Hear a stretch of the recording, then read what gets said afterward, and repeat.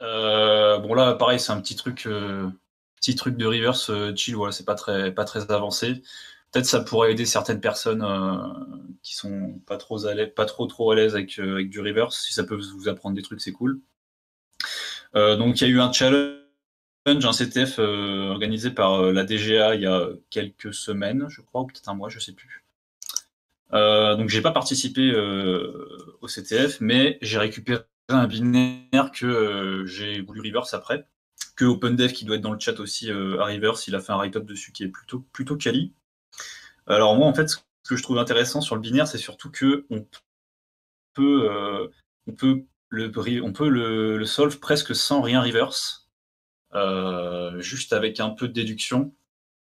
C'est pas trop insurmontable. Donc le challenge s'appelle Dharma. Donc Dharma, si je dis pas de bêtises, il me semble que c'est un virus, un ransomware d'une équipe assez connue, j'ai un peu oublié. Mais voilà, je crois que c'est une référence à un malware d'APT ou quelque chose comme ça. Donc c'est un ELF, hein. On peut mettre, voilà, c'est un ELF en 64 bits. Bon, après, on peut faire les checks classiques sur les ELF, c'est-à-dire qu'on fait un strings. Voilà, on va essayer de regarder ce qu'il y a dedans. Il y a des chaînes de caractères qui se répètent, ça peut être intéressant. Euh, euh, rien d'incroyable. Ouais, bon. Là, il y a des messages qui peuvent être intéressants. DL Open, ça peut être pertinent, DL Open. Ça écrit dans un fichier qui a l'air d'être dans de la mémoire partagée, donc dev SHM. Donc ça peut vouloir dire plusieurs choses. On va voir ce que ça fait après. Donc on a fait strings, on peut essayer floss. Alors floss, pour ceux qui connaissent pas, c'est un binaire de FireEye qui va essayer de trouver. Normalement, c'est plus avec CPU que LF, mais ça va essayer de trouver des chaînes chiffrées ou xorées dans votre binaire et vous les dexorer tout seul ou déchiffrer tout seul. Ça peut être sympa. Bon là, en l'occurrence, ça n'a rien trouvé de plus qu'un strings normal. Bon, on peut faire un NM pour voir les symboles.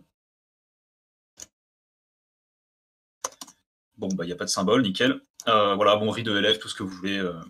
XXXXX. Alors, moi, en fait, ce qui se passe, c'est que je me fais. Avant, en général, de River, je lance le binaire, donc c'est pas censé être une bonne pratique, hein, mais bon, on est en CTF, on n'est pas dans la vraie vie, donc on peut y aller. Donc ça demande un mot de passe, et ça dit no try again si on échoue, visiblement. Il me semble pas avoir vu de password 2 points dans strings, pardon. Dans les strings du binaire, donc on va vérifier ça. Effectivement, il n'y a pas de password, donc visiblement, le password n'est pas en clair. Floss a pas l'air d'avoir trouvé un password chiffré ou quoi, ou Xoré. Donc, voilà. Et a priori, il y a des chances qu'il y a peut-être du code qui se dépack ou quelque chose comme ça. Donc, à partir de ce point-là, je me dis, bon, il y a peut-être du code qui peut se dépack. En plus, tout à l'heure, il y avait DL Open. Donc, pour ceux qui ne savent pas DL Open, je vais remonter dessus. Ici, là, il y a DL Open. Donc, pour ceux qui ne savent pas, DL Open, c'est une fonction qui vient de DLSim. L'idée, c'est de charger des fonctions dynamiquement. Quand je dis charger des fonctions dynamiquement, on va dire pourquoi charger des fonctions dynamiquement. Vous avez deux façons d'appeler une fonction. Soit vous l'appelez par son nom, soit vous connaissez son adresse, et à ce moment-là, vous appelez juste l'adresse. C'est voilà, deux façons de le faire.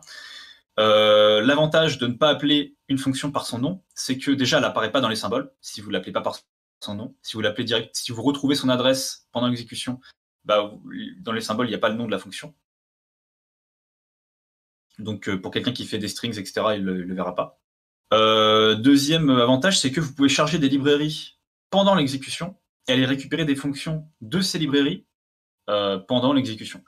Donc typiquement, si je fais une librairie qui affiche coucou, et que je la charge dynamiquement, bah, je vais aller récupérer l'adresse de ma fonction qui affiche coucou et je vais l'appeler. Voilà. Donc pourquoi c'est pertinent ici? Probablement qu'il y a du code, il y a un truc qui va dépaquer du code, le foutre en mémoire et appeler une fonction. Donc on voit bien il va y avoir un write. Il y a dev shm, donc shared memory. Donc a priori, ça va écrire quelque chose dans de la mémoire partagée.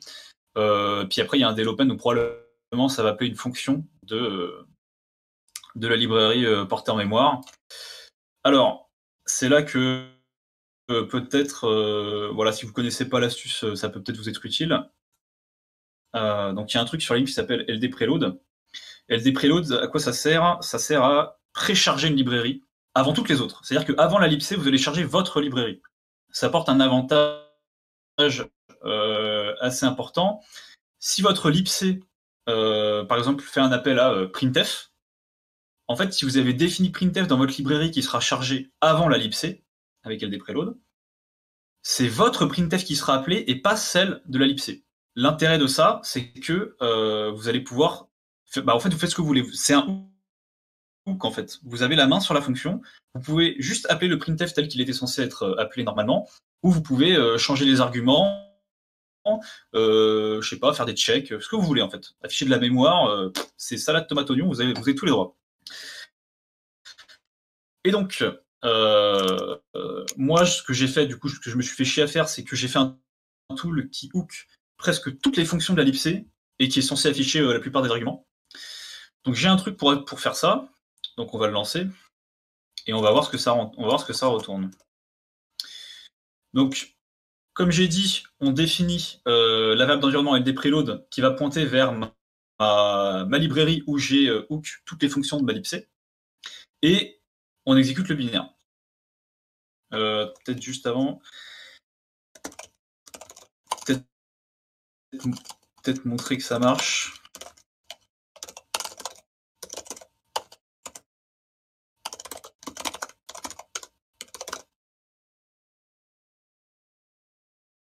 Ouais.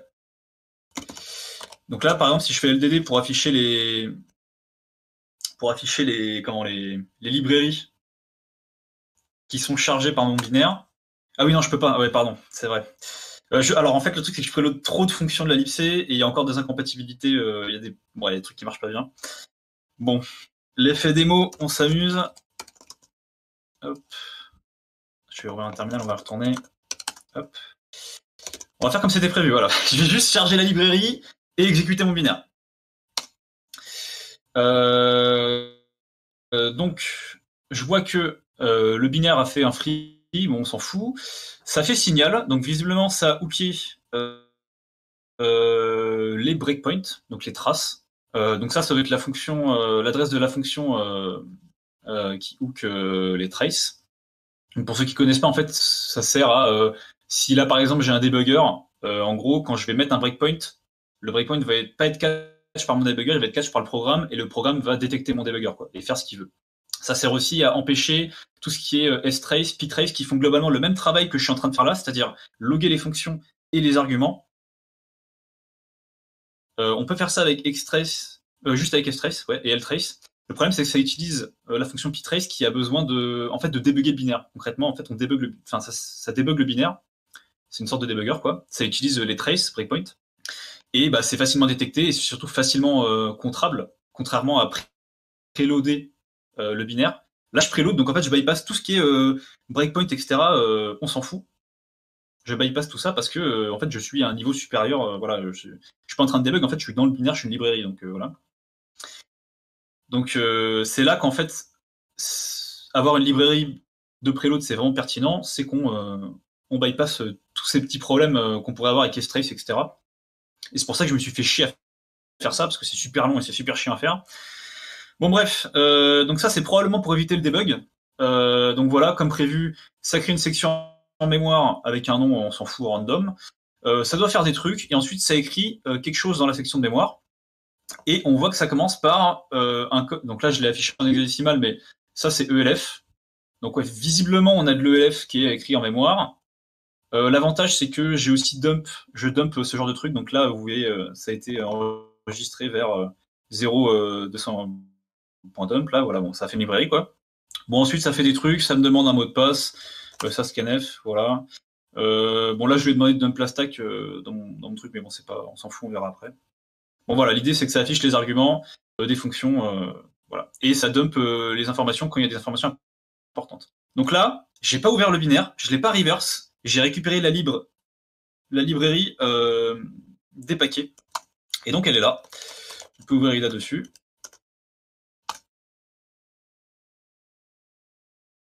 On va aller dans Init. Voilà. Et donc là, on a, en fait, on a le check de flag.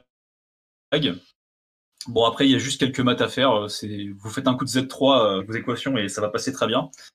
Concrètement, voilà, j'ai plus grand chose à faire. Le challenge est déjà terminé. J'ai juste lancé mon outil, en fait. Il m'a fallu un peu de temps pour vous expliquer, mais concrètement, dans la vraie vie, c'est juste j'ai lancé l'outil et j'ai récupéré la lib, quoi. Alors, le seul truc qui peut poser problème, c'est que, en fait, dans l'équation, là, on va voir qu'il y a des arguments, typiquement V4, qui sont récupérés à partir de fonctions passées en arguments. Donc, j'ai pas forcément les valeurs des fonctions. Et en fait, c'est pas un problème parce que, comme j'ai dit avant, j'ai fait un petit utilitaire pour dump la stack, ce qui va me permettre de récupérer en fait les versions. Et donc voilà, j'ai juste ouvert le init. Après, j'ai fouillé dans la stack pour récupérer les valeurs de l'équation. Et voilà, après un petit coup de Z3. Hein. On fait un petit coup de Z3. Donc là, je l'ai honteusement piqué à OpenDev parce que son script était très propre. Donc j'ai gardé le même script à 2-3 détails près.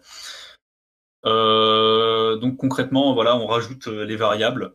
On rajoute les variables à l'équation et puis on dit voilà, tant qu'il y a des solutions, on teste. Puis voilà, ça va trouver une solution au bout d'un moment. On est là.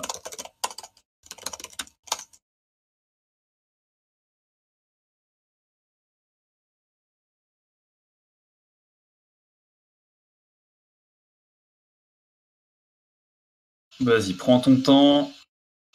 Voilà, ça finit par afficher flag. Bon, voilà, c'était juste voilà, un petit tips. Les LD preload, ça peut bypass tous les checks de debugger, etc. Ça peut être très pratique pour d'autres binaires, typiquement sur RootMe, pour ceux qui connaissent Ringit. C'est un challenge avec 10 processus qui se tracent entre eux. Et donc, on peut pas debug parce qu'ils sont déjà tracés entre eux. Et en fait, en preloadant tout ce qui se passe, on peut avoir une très très claire vision du binaire et de ce qui est en train de se passer, alors que ils sont tous en train de se tracer et théoriquement, on ne devrait pas pouvoir debug. Du coup, c'est assez puissant. Ça peut être utilisé conjointement avec un outil de Exabist, si vous connaissez. Sur son GitHub, il a un outil qui s'appelle Ctrace, je crois, qui se met en fait en debug mais niveau kernel et qui va log tous les syscalls. Donc si vous loguez les syscalls et qu'en plus vous loguez toutes les fonctions qui sont appelées, je pense que vous pouvez avoir une bonne vision d'un binaire. Voilà. Je pense qu'on a fini j'ai fini pour ce que j'avais à dire, je pense.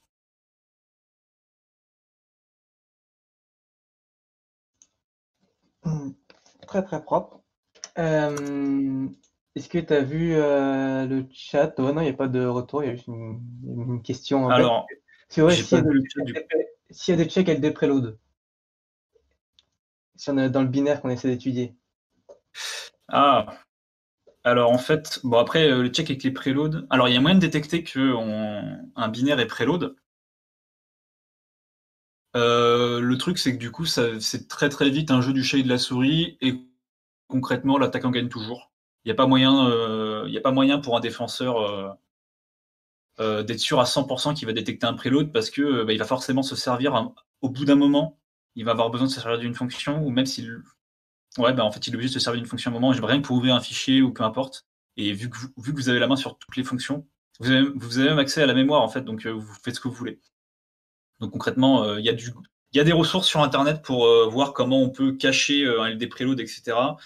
Bon, concrètement, de toute façon, je doute que vous tombiez dessus un jour parce que c'est du jeu et de la souris, c'est très galère pour rien, et l'attaquant gagne tout, concrètement. Donc, c'est pas... Voilà. Les gens en général essaient plus de se protéger des débuggers que du LD preload. C'est pas trop utilisé en fait. En général, les gens vont plus se prémunir des débuggers qu'autre chose. En gros, le LD preload, c'est un peu le même principe que Frida. C'est ça. C'est précisément ça. À part que Frida, ça fait des trampolines.